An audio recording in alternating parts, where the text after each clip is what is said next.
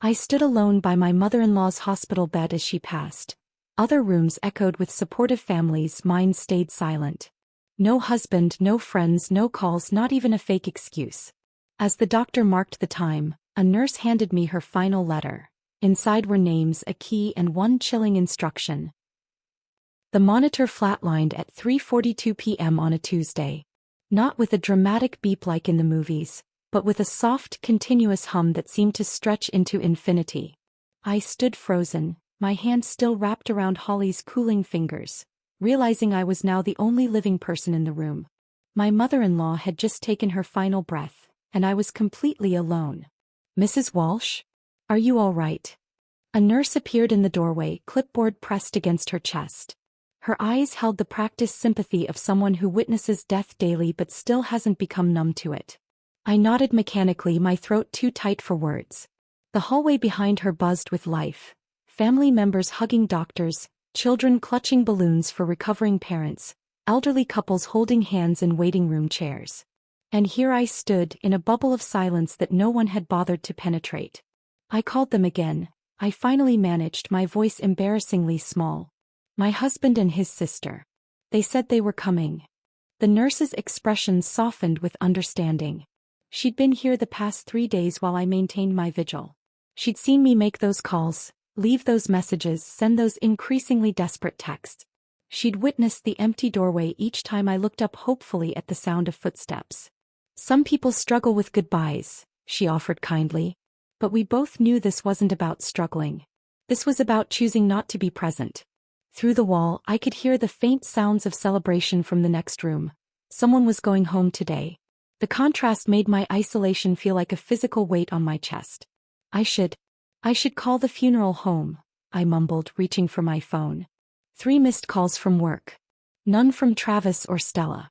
"The doctor will handle the paperwork first," the nurse explained, gently guiding me to sit in the chair I'd barely left for 72 hours. "And there's something else. Holly left this for you." From her pocket she produced a sealed envelope, slightly wrinkled at the corners. My name was written on it in Holly's distinctive handwriting, sharp, angled letters that somehow remained elegant despite her illness. "She made me promise to give it to you only after she was gone," the nurse explained. She was quite insistent. My fingers trembled as I accepted it. In the 3 years I'd been married to Travis, Holly had always been polite but distant. We weren't close confidants sharing secrets. What could she possibly have to tell me that couldn't be said while she was alive? I broke the seal carefully and pulled out a single sheet of paper. Inside was a key taped to the top of the page, old and slightly rusted. Below it, an address I didn't recognize and a single line of text that made my blood run cold. "They never loved me. Now they will learn what it means to be forgotten." "Is everything okay?" the nurse asked, noticing my expression. "Yes," I lied, quickly folding the paper. "Just some final thoughts." After signing the necessary forms and collecting Holly's meager personal effects, a nightgown, reading glasses, and a worn paperback, I walked out of the hospital in a daze. The late afternoon sun seemed inappropriately bright. In the parking lot, families helped patients into cars, some with balloons or flowers, others with new babies. Normal life continuing while mine felt suspended. I sat in my car for 20 minutes before I could bring myself to turn the key. During those moments, I replayed Holly's final weeks in my mind. Her increasing withdrawal, the long silences punctuated by cryptic comments I'd attributed to medication. The way she would stare at me sometimes when she thought I wasn't looking, as though trying to memorize my face. Or perhaps, I realized now, as though she was making a decision. The drive home felt surreal. Traffic lights, pedestrians, everyday life continuing while I carried the weight of Holly's death and her mysterious message. I checked my phone at a red light. Still nothing from Travis or Stella. I was hanging my coat when my phone finally rang. Travis's name lit up the screen, and a complex mixture of relief and anger flooded through me. "Hey babe," he said casually. "You coming home soon? Did you remember to grab groceries? We're out of pretty much everything." The normalcy of his tone made me grip the counter for support. "Holly died today," I said flatly. The line went silent for several seconds. "Oh," he finally said. "When did that happen?" 3:42, I replied, my voice steady despite the tears tracking down my face. You would have known if you'd answered any of my calls. Another pause. Look, I had meetings all day. You know how it is. His voice dropped slightly. Well, she was never easy. I ended the call without responding. The house, our house, suddenly felt unbearably empty. On the kitchen table sat bills, magazines, normal life detritus that now seemed meaningless. And in my hand Holly's note burned like a live coal. That night I barely slept. Travis came home late, crawled into bed without speaking, and was gone before dawn for an early meeting. I lay awake until first light, the key from Holly's envelope digging into my palm as I clutched it. By 7 a.m. I had made my decision. I showered, dressed, and programmed the address from Holly's note into my GPS. It led me 30 miles outside of town, down increasingly narrow country roads until I reached a gravel drive nearly hidden by overgrown bushes. A rusted wrought iron gate hung partially open as though waiting for me. The cottage beyond was small and weathered, its once white paint peeling to reveal gray wood beneath. Wild roses had claimed one entire wall, their thorny branches scraping against warped window panes. It looked abandoned, forgotten by time itself. The key fit perfectly in the tarnished lock. As I pushed open the door, it creaked in protest, revealing a home frozen in time. Dust motes danced in the beams of sunlight cutting through partially closed curtains. Books lined shelves along one wall. Photo albums were stacked on a coffee table. And on the kitchen table, prominently placed in the center, sat another envelope, to be opened upon my death, by my lawyer. I stepped fully inside, closing the door behind me. The air smelled of old paper and faint lavender. As the dust settled around me, I realized I was standing in Holly's true home. Not the sterile assisted living facility where Travis had insisted she stay. This was where her heart had remained. And somehow, for reasons I couldn't yet understand, she had chosen to share this secret place with me, and me alone. I sat at the kitchen table in Holly's hidden cottage for nearly an hour, staring at the envelope marked for her lawyer. The dust-covered surfaces around me told a story of abandonment. Not carelessness but deliberate preservation. This place had been waiting just like the envelope in my hands. The name on the second envelope read, Margaret Keller, attorney at law, with an address in downtown. I found the number online and called immediately, my heart pounding with each ring. Keller Legal Services, answered a crisp, professional voice. My name is Courtney Walsh, I began, my voice surprisingly steady. My mother-in-law, Holly Walsh, passed away yesterday. She left me an envelope addressed to you. A pause stretched over the line. Ms. Walsh, I've been expecting your call. I'm deeply sorry for your loss. The formality in her tone shifted to something more genuine. Holly was a remarkable woman. Could you come to my office tomorrow morning? There are matters we need to discuss. Of course, I agreed. Should I bring the envelope? Please do. And Ms. Walsh? Holly was very specific about her wishes. She requested that all named beneficiaries be present for the reading of her will. That would include Travis and Stella Walsh. My stomach tightened. They'll need to be there? In person? I'm afraid so. Holly was quite insistent on this point. That evening I returned home to find Travis sprawled on the couch watching basketball highlights. He barely glanced up as I entered. Where have you been all day? He asked, eyes still fixed on the screen. I stood in the doorway studying his profile. The same strong jaw as Holly's but none of her character.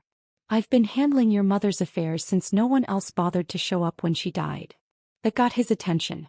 He muted the TV. Don't start with the guilt trip, Courtney. Mom and I had our issues. You know that. Her lawyer called, I continued, ignoring his defensiveness. We need to be at her office tomorrow morning for the reading of the will. You, me, and Stella. He snorted. What will? Mom had nothing but medical bills. Nevertheless, her lawyer insists we all attend. Mrs. Keller said Holly was very specific about this. Travis rolled his eyes but shrugged. Fine. I'll call Stella. The next morning, Travis drove us downtown in irritated silence.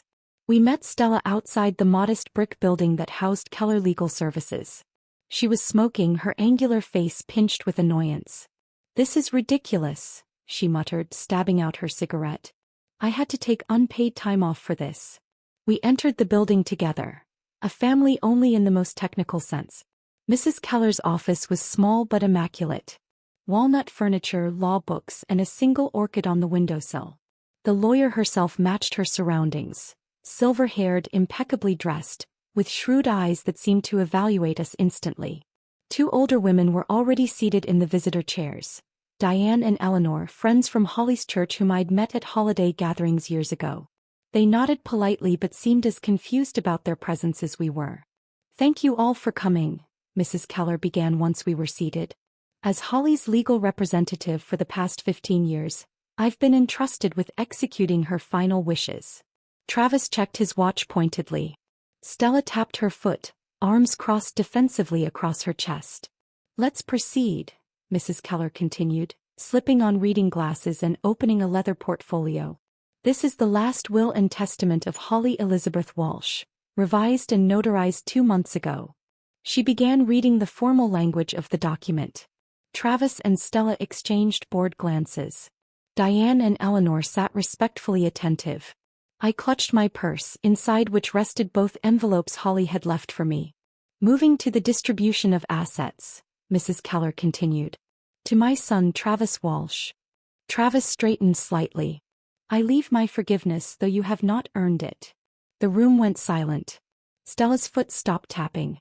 "To my daughter Stella Walsh I leave my wedding band which you once admired. May it remind you that promises should be kept." Stella's face flushed crimson. "To my friends Diane Mercer and Eleanor Thompson, I leave my gratitude for the kindness you showed in my final year, and a sum of $5,000 each." The two women exchanged surprised glances. "And to my daughter-in-law, Courtney Walsh, I leave the entirety of my remaining estate, including my primary residence at 47 Willow Lane, all bank accounts, investment portfolios, insurance policies, and personal possessions." The silence cracked. "What?" Stella's voice sliced through the room. "That's absurd." Travis leapt to his feet. "There must be some mistake. Courtney barely knew my mother." Mrs. Keller remained utterly composed. "There is no mistake. Holly was of sound mind when she made these changes." "Changes?" Travis demanded. "What changes?" "When your mother revised her will on March 15th of this year, shortly after receiving her terminal diagnosis." Travis turned to me, his face contorted with suspicion. "You knew about this, didn't you? What did you do, manipulate her while she was drugged up? Take advantage of her confusion?" "I had no idea," I whispered, genuinely shocked. Then a memory surfaced. "She asked me to drive her to an appointment downtown in March. She said it was for her medication plan. I waited in the car. I never knew." "How convenient," Stella spat. "The devoted daughter-in-law act worked perfectly, didn't it? Well, we'll contest this. Mom wasn't in her right mind." Mrs. Keller cleared her throat. "I anticipated this reaction. Holly did as well." She slid a document across the table. "This is a psychiatric evaluation performed 1 week before Holly changed her will, certifying her mental competency.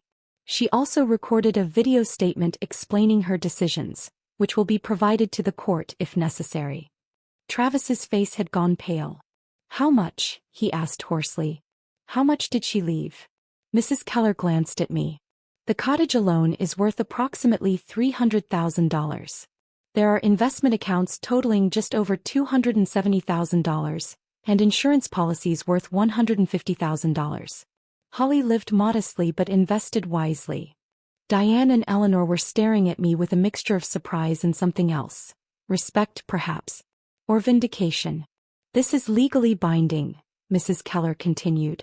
"My office will handle the transfer of all assets. And now, if you'll excuse us, I need to speak with Mrs. Walsh privately." After Travis and Stella stormed out, followed by the two friends, Mrs. Keller handed me a third envelope. "Holly asked me to give you this after the reading. She said you would understand."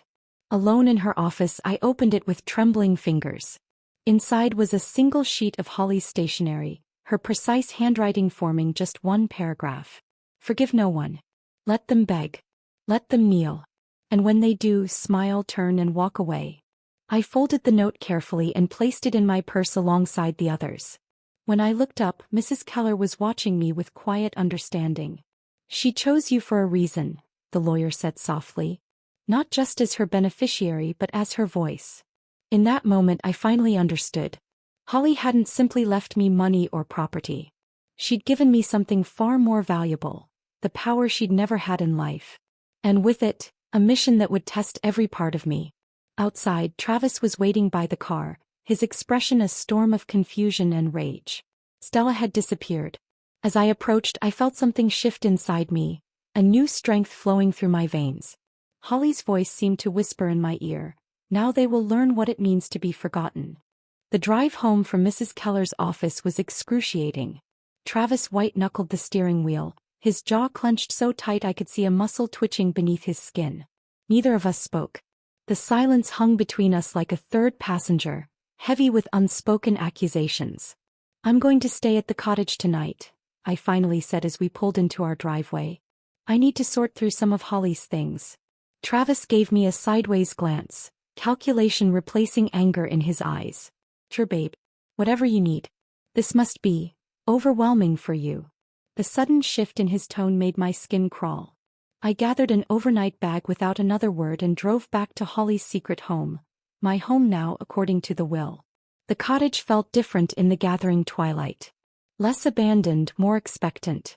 I turned on lamps, swept away cobwebs, and made a cup of tea in the kitchen where dust coated every surface. On a shelf near the fireplace, I discovered a row of leather-bound journals spanning decades, each labeled with a year in Holly's precise handwriting. I selected the most recent one and settled into an armchair by the window. Outside, crickets began their evening chorus as I turned to the first page. "Ben has been gone 7 years today," Holly had written. "Travis called for the first time in months. He needed money for car repairs. I gave it to him because I'm a fool who still believes a mother's love should be unconditional. Ben would be furious with me." I read until my eyes burned. Journal after journal revealed a woman I'd never truly known, sharp, observant, and increasingly isolated. Holly had documented everything.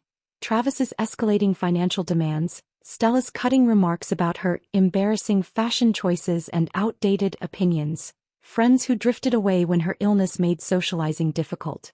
"Called Travis 3 times this week," read an entry from just 6 months ago. "He's screening my calls. When he finally answered, I could hear a basketball game in the background.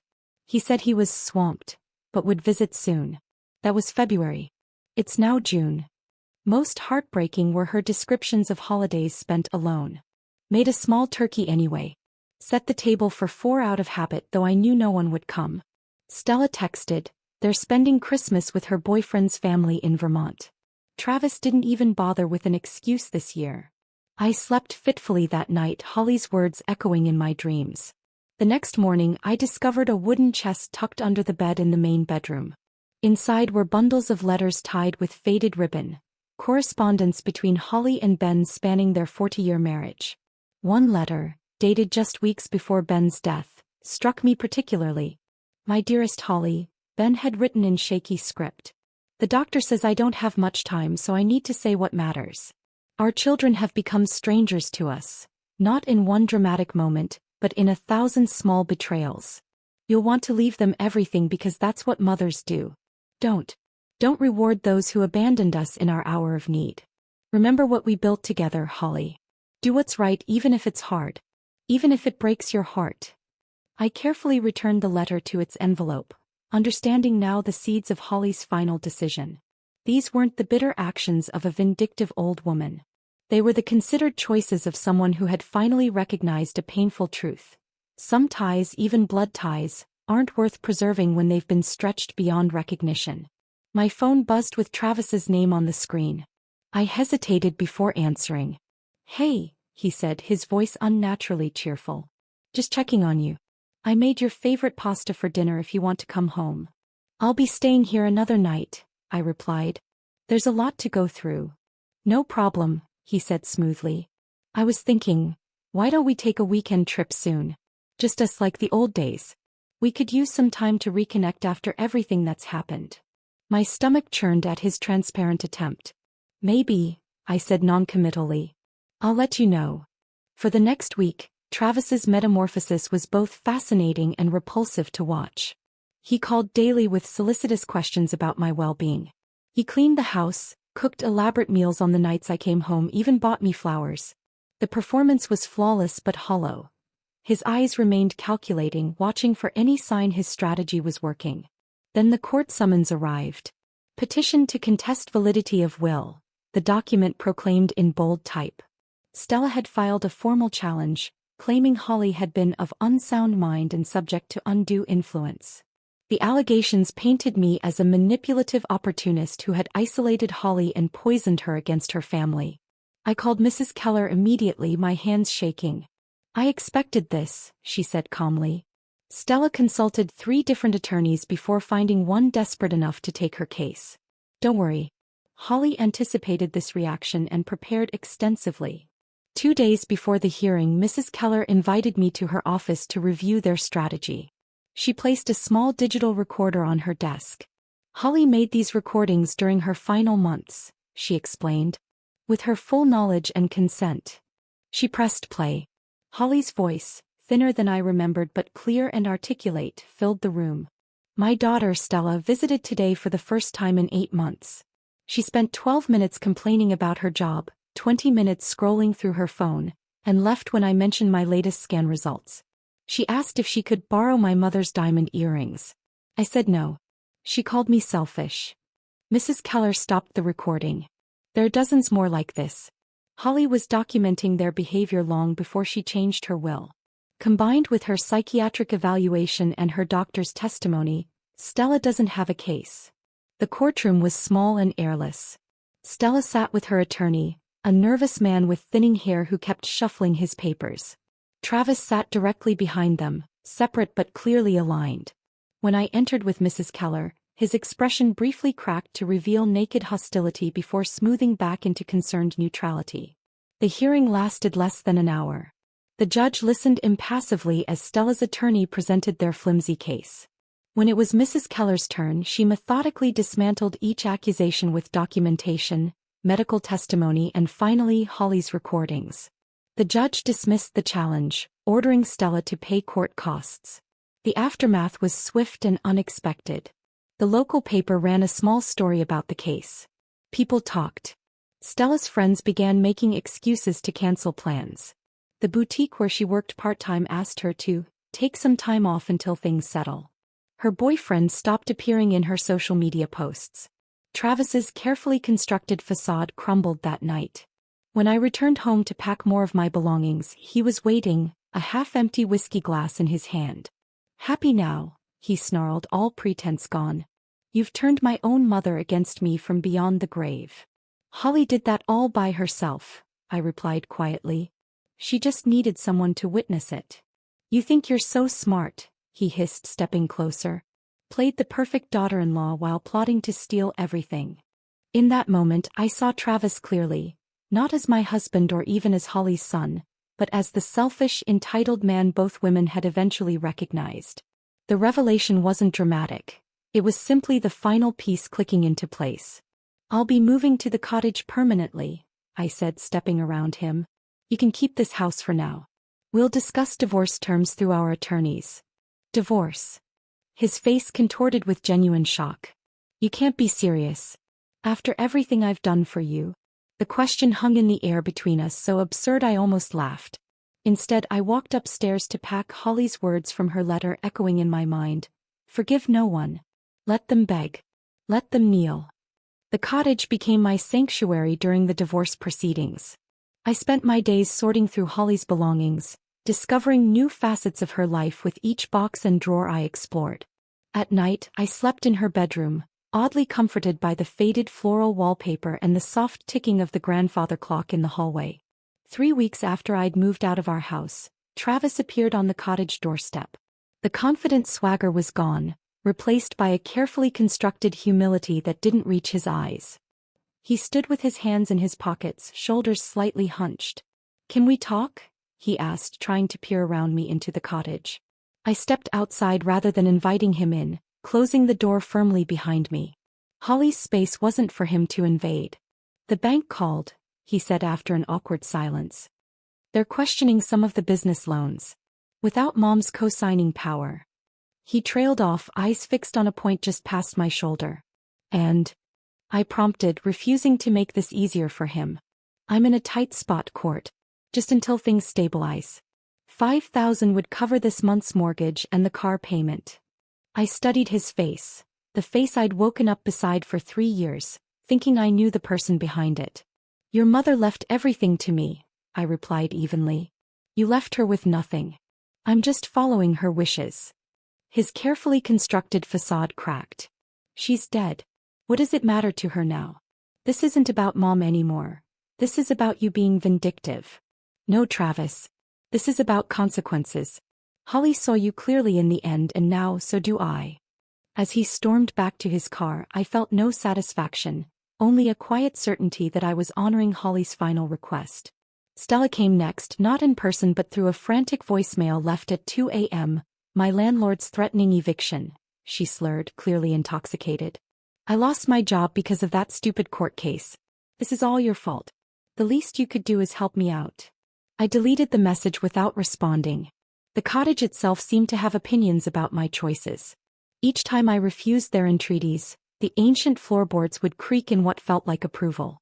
As spring progressed into summer, I began transforming the space, guided by entries from Holly's journals. Always wanted this place to be filled with conversation and laughter, she'd written once. Ben and I dreamed of hosting gatherings for our friends for the community. Then life got in the way and somehow it never happened. I hired local contractors to repair the sagging porch and update the plumbing. I painted walls in warm, welcoming colors and replaced the threadbare carpets with polished hardwood. The final touch was a hand-carved wooden sign above the front door, Holly's Haven. Mrs. Keller helped me establish a non-profit foundation with a portion of Holly's investments. We opened the doors on what would have been Holly's 73rd birthday, offering the community a place for grief support groups, elder companionship programs and weekly community dinners. Holly would have loved this, Diane said, her eyes damp as she toured the renovated space. She'd become a regular visitor during the renovation process, sharing stories about Holly that painted a vivid picture of the woman before loneliness and illness had dulled her spirit. She was always the first to organize a meal train when someone was sick, Eleanor added, adjusting a photograph of Holly I'd hung in the entryway. Remember how she taught those cooking classes at the church? She made everyone feel like family. The irony wasn't lost on me. Holly had created family connections with virtual strangers while her own children had abandoned her. But through the foundation's work, a new narrative emerged. People in town began speaking of Holly differently. No longer the reclusive old woman who died alone, but the generous spirit whose legacy was bringing the community together. 6 months after Holly's death, Travis made his most calculated move. He invited me to lunch at our old favorite restaurant, an intimate Italian place where we'd celebrated anniversaries and birthdays. He arrived early, securing our usual table by the window. When I sat down, he immediately reached for my hands across the table. I've been doing a lot of thinking, he began, his voice low and earnest. A lot of soul-searching. I wasn't the husband you deserved. I wasn't the son my mother needed. I slipped my hands from his grasp, watching him carefully. I want us to start over, Court. Renew our vows, rebuild what we had. He pulled a small velvet box from his pocket and placed it between us. I found Mom's engagement ring in her things before. Well, before everything happened. She would have wanted you to have it. The lie was so blatant it almost took my breath away. Holly's engagement ring was locked in my jewelry box at the cottage, one of the few personal items she'd kept with her at the assisted living facility, and which had been returned to me with her effects. That's not her ring, Travis, I said quietly. His composure faltered momentarily before he recovered. Well, it's similar. The point is, I want to make things right. Meet me at Riverside Park this weekend. We can talk about our future. I agreed, more curious than conflicted about what he might try next. The park was ablaze with autumn colors when I arrived on Saturday. Travis waited by the stone bridge where he'd proposed 3 years earlier, his theatrical sense of symmetry on full display. He'd even brought champagne and 2 flutes. You came, he said, unable to hide his surprise and relief. I did. I reached into my bag and pulled out a manila envelope. I brought something for you as well. His face brightened as he reached for it, doubtless expecting some sign of capitulation. Instead, he found divorce papers already signed by me. What is this? He demanded, though the answer was clearly spelled out on the first page. Exactly what it looks like. You made your choices long ago, Travis. Now I'm making mine. You can't do this, he sputtered. After everything I've done to make things right. You haven't done anything to make things right, I corrected him. You've done everything to get your hands on Holly's money. There's a difference. He ripped the papers in half, a childish gesture that changed nothing. My attorney had the originals. This isn't over, he threatened, storming away. But it was. 2 days later, an email arrived from Stella. Gone was the entitled anger of her earlier communications. In its place was a carefully crafted apology and a heartfelt plea for assistance. I've hit rock bottom, she wrote. I know I don't deserve your help, but I'm desperate. Even a small loan would make a difference right now. I considered her words for a long time, remembering Holly's final letter. Then I scanned that letter and attached it to my reply. Nothing more, nothing less. Forgive no one. Let them beg. Let them kneel. And when they do, smile, turn and walk away. I blocked her email address immediately afterward. That evening I walked through Holly's Haven after everyone had gone home. The rooms still held echoes of the day's conversations, elderly neighbors sharing stories over tea, a young widow finding solace in a support group, children laughing during an after-school program. For the first time since Holly's death, I felt a genuine sense of peace wash over me. I wasn't just someone's wife anymore. I wasn't just someone's daughter-in-law. I was a woman standing on my own, carrying forward the legacy of another woman who had been wronged, and who had refused to die quietly. I ran my fingers along the spines of Holly's journals, now displayed on a special shelf in the community room. I understand now, I whispered to the empty room. This is what you wanted all along. 1 year passed like turning pages in one of Holly's journals, sometimes slowly, sometimes in a blur of activity, but each day adding to a story that was still being written. Holly's Haven flourished beyond my wildest expectations. What had begun as a modest community space now buzzed with daily activities. Monday afternoon art classes for seniors. Tuesday evening grief support circles. Wednesday community dinners where strangers became friends over homemade lasagna and apple pie. The cottage that had once stood empty and forgotten now pulsed with life. On the anniversary of Holly's passing, we unveiled a mural in the entrance hall. The local artist had worked from photographs I'd found in Holly's albums. Images of Holly and Ben in their prime, sitting beneath the sprawling oak tree that still stood majestically behind the cottage. In the painting, they were young and vibrant, Holly's head thrown back in laughter while Ben gazed at her with undisguised adoration. It captures them perfectly, Eleanor remarked during the unveiling ceremony, dabbing at her eyes. That's exactly how they were before. Well, before everything changed. The everything she referred to hung unspoken between us. Ben's death, the family's abandonment, Holly's isolation. But the mural represented something different. Not an ending but a continuation. Holly would have hated all this fuss, Diane said with a watery chuckle, gesturing at the crowd gathered for the unveiling. But secretly she would have loved it too. I nodded, throat tight with emotion. She would have pretended to be embarrassed while memorizing every detail to write about later. That evening, after everyone had gone home, I sat alone in what had once been Holly's bedroom but now served as my office. The local newspaper had covered the unveiling, and I traced my finger over the headline, Holly's Haven marks 1 year of community service. The article mentioned the upcoming senior health fair we were hosting and quoted several program participants about the difference the center had made in their lives. My phone buzzed with a text from Mrs. Keller. Holly would be proud. Not just of the center but of you. The following week, I received an invitation to speak at a regional conference on elder care and community support. The organizer had visited Holly's Haven during an open house and been impressed by our programs.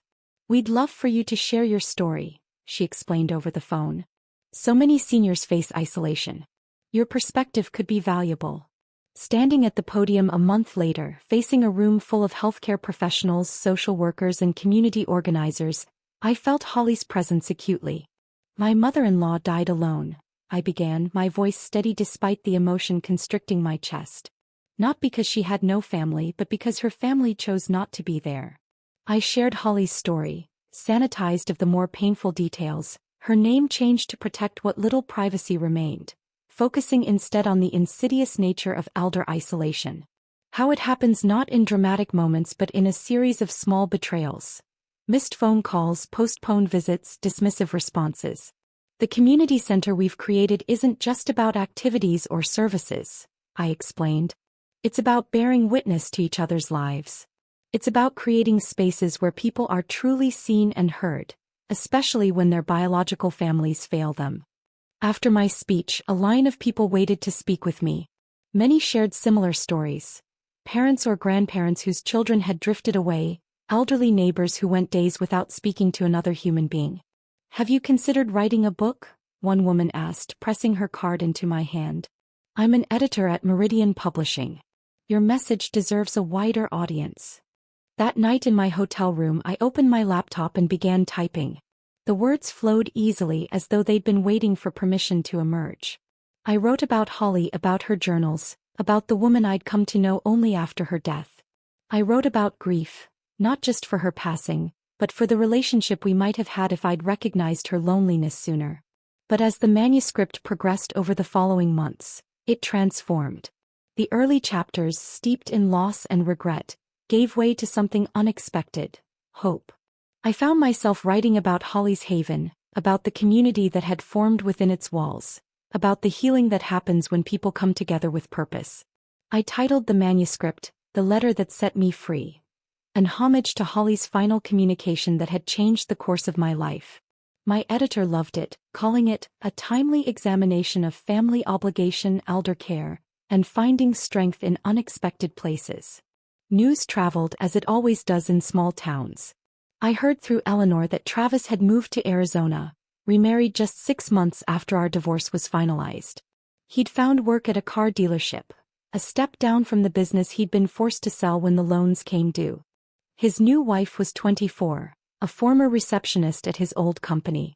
"Apparently they're trying for a baby already," Eleanor reported during one of our weekly tea sessions. I nodded, feeling nothing but a vague sense of pity for a woman who didn't know what she'd signed up for. Stella's trajectory had been different. According to town gossip, she'd taken a night shift at the 24-hour diner on the highway, serving truckers and insomniacs. Diane had seen her there once. Thinner, paler, her customary sharp tongue notably absent. "She looked right through me," Diane said. "Wouldn't even meet my eyes when she brought the coffee." I never responded to these updates, never expressed satisfaction or regret. Holly's final instruction, "Smile, turn and walk away," had become my mantra. Not out of cruelty or vengeance, but from the quiet certainty that some bridges once burned should stay that way. The book was published in spring, coinciding with the 2nd anniversary of Holly's Haven. The launch event, held in the center's community room, drew a surprisingly large crowd. As I signed copies and accepted congratulations, I couldn't help but think of how differently things might have gone if Holly had been surrounded by even a fraction of this support during her final days. Later that evening, after the caterers had packed up and the last guest had departed, I walked out to the massive oak tree behind the cottage. Its branches stretched toward the darkening sky, leaves rustling in the gentle breeze. At its base, I placed a bouquet of wildflowers, the same variety that had grown in Holly's garden when she and Ben first bought this land. "You were never forgotten," I whispered, resting my palm against the rough bark. "And now neither am I." The breeze picked up, sending petals dancing around my feet. In that moment I felt a profound sense of completion. The past, with all its pain and betrayal, remained where it belonged, behind me. The future stretched ahead, built not on the shaky foundation of family obligation, but on the solid ground of truth, respect, and quiet strength. Holly's final gift hadn't been the money or the property. It had been permission to define myself on my own terms. To recognize toxic relationships and walk away from them without guilt. To build something meaningful from the ashes of disappointment. As twilight deepened into night, I made my way back to the cottage, to the home that had become both sanctuary and mission. Tomorrow would bring new visitors to Holly's Haven. New stories. New connections. The work would continue, evolving in ways even Holly couldn't have imagined. And somewhere I liked to think she was watching. Not with bitterness or regret, but with the quiet satisfaction of a woman whose final act of defiance had created ripples of change far beyond her own life. That, I decided, was the true meaning of legacy.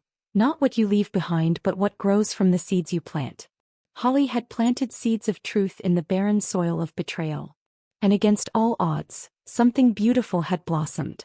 If this jaw-dropping inheritance surprise had you gasping, smash that like button right now.